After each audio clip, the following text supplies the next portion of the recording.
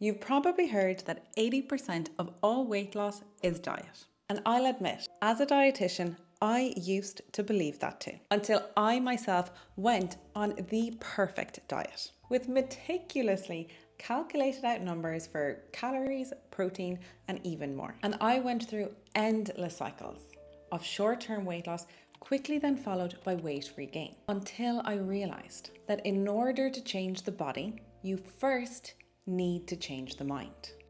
Now, if we haven't met before, I'm Maria and I'm a registered dietitian, and I have helped hundreds of people successfully lose weight. And in today's video, I want to share the psychology behind why you can't stick to a diet and the 4 evidence-based strategies that I give to all my clients to work around this.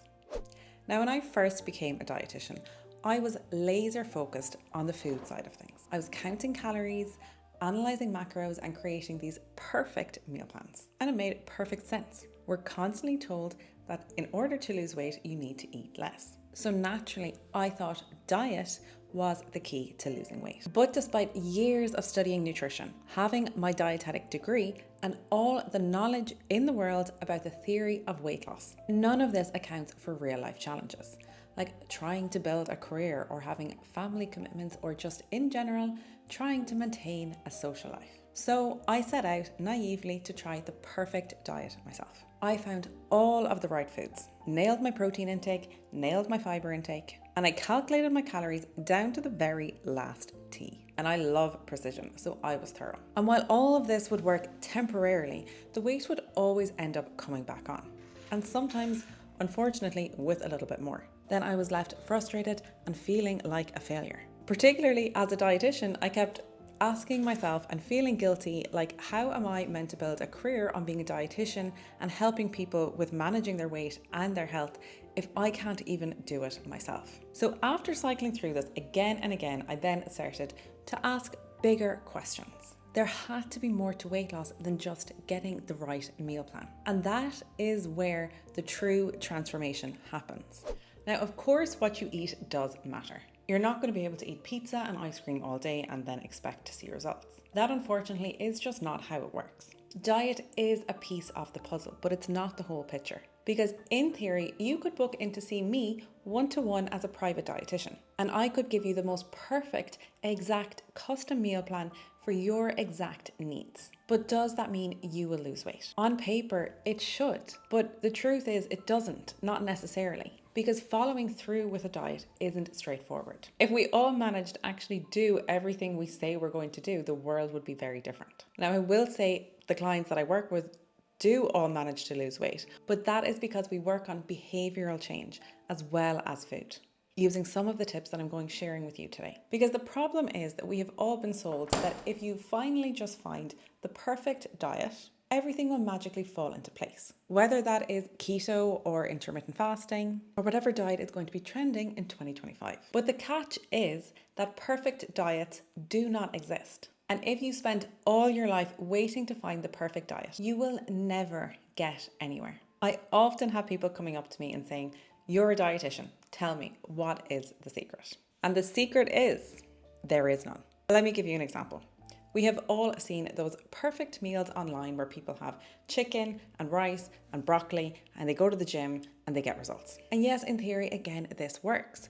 But what happens when life gets busy and you just get bored of eating chicken, broccoli, and rice every day? What happens when your coworker brings donuts into the office? Or you're stressed out and you just want something nice to eat? And this is where diet alone will really fall short. It doesn't prepare you for the mental and the emotional hurdles that come with all these real life situations. And that is why diets often fail. They are not sustainable in the long term. So yes, diet plays a role, but it's not about perfection. It's about creating habits and patterns that you can stick to, even when life is not picture perfect.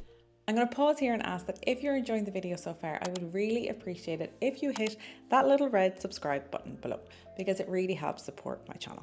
And if you're looking for healthy, high protein recipe ideas, I would recommend following me over on Instagram. So now let's look at some of the common barriers that end up making us slip up. And the first one, probably the most common one, and the one that I myself struggle with the most, is perfectionism. We often feel that if we're not doing everything perfectly, like tracking every single calorie, hitting every single workout and avoiding every bad food, if we don't do this, then we feel like we have failed. And when we slip up, even if it's just a little, we throw in the towel and give up. This was a big one for me. I would be tracking my calories and then I would eat something, just a little bit of something that was just not on my plan. And then I would lose all motivation for the rest of the day and just say I'll start again tomorrow. But this all or nothing thinking can really quickly derail all of our progress, and it keeps us stuck. This mindset tells us that we are either completely on track or we're completely off. And this is so draining. It's unsustainable and it sets us up for failure. The key is to find a middle ground. But for a lot of people, it's actually so much easier to be either 0% or 100%. Finding the middle ground and that balance is extremely difficult, especially if you have had or have a disordered relationship with food. So the solution here is that we need to embrace balance and ditch all of this perfectionism. We need to forget the idea that everything has to be perfect in order to see perfection. Life isn't perfect, so why should our approach to health be? So if you do miss a workout or eat something off plan, just remind yourself that one slip up does not derail all of your progress. It's what you do most of the time that matters, way more than what you do occasionally. And for me, I sometimes struggle with balance. And what I find is that there are some days where I'm way closer to being super healthy and I'm closer to that 100%. And then there are days where I'm the other side of the spectrum. I'm down towards 0. But it's just remembering that all of those days, they balance out too. And I have found practicing self-compassion to be really valuable here, because we really are our own worst critics. And I know I can be super hard on myself when I want to. But when you actually stop and thinking about it, beating yourself up is not motivating.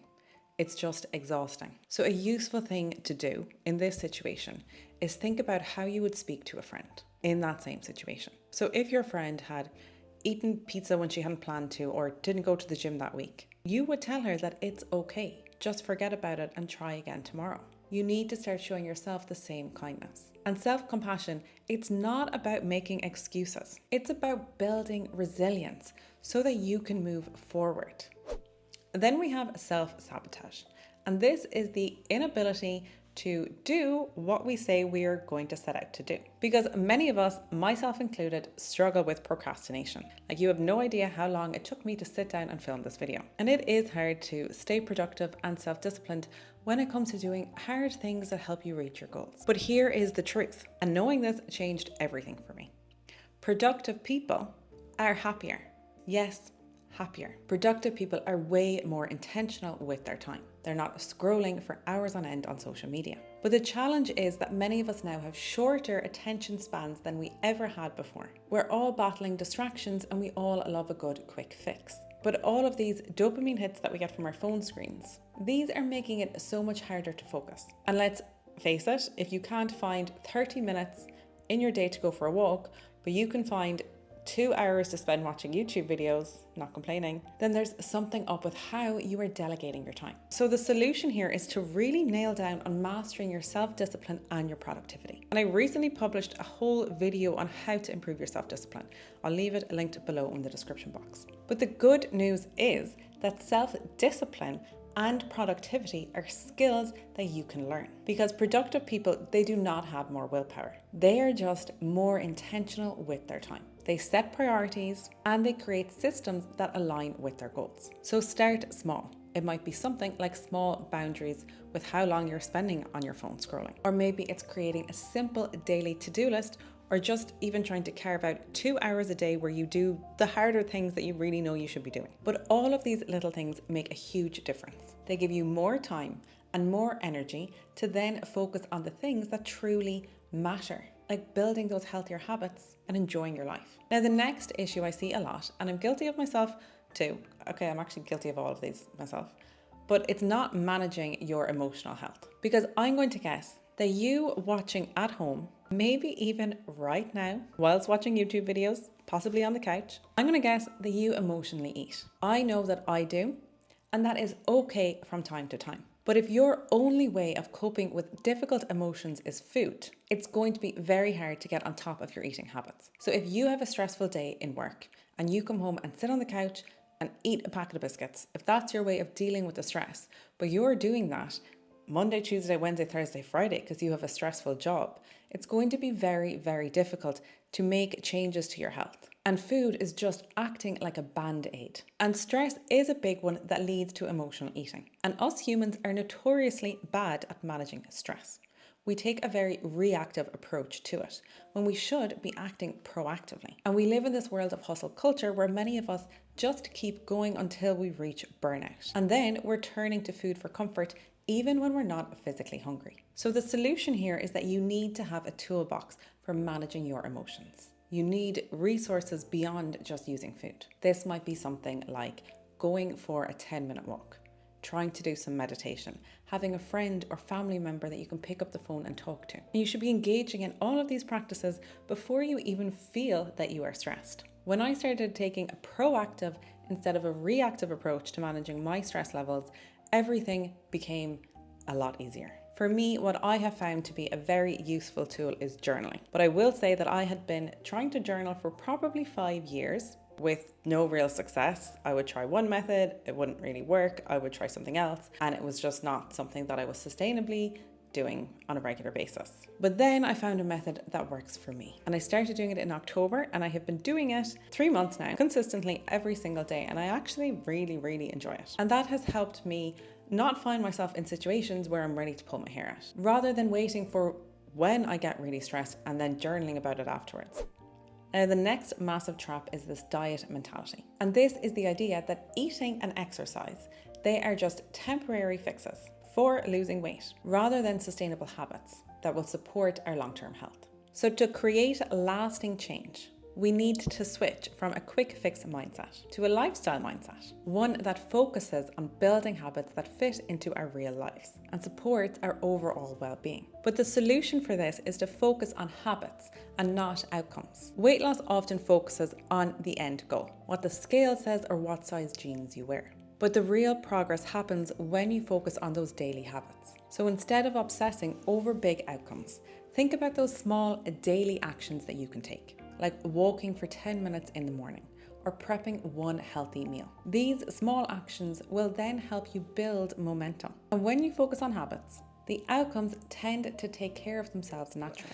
Bringing it all together, if there is one thing that I want you to take from this video, it's that mindset is the key to lasting change. Yes, a diet plays a role. The way you think about yourself matters so much more, and so much more than any perfect meal plan. So I challenge you to take a step back from obsessing over the numbers, over the calories or the scales. Instead, think about how you can shift your mindset. Ask yourself, am I being kind to myself? Am I focusing on progress and not perfection? Now, I'd love to hear from you. What mindset shift are you going to try and make? From any of my videos, try to always take 1 or 2 actionable steps that you go away and implement. But drop me a comment and let's talk about it and help hold each other accountable. For me, I'm going to keep on journaling.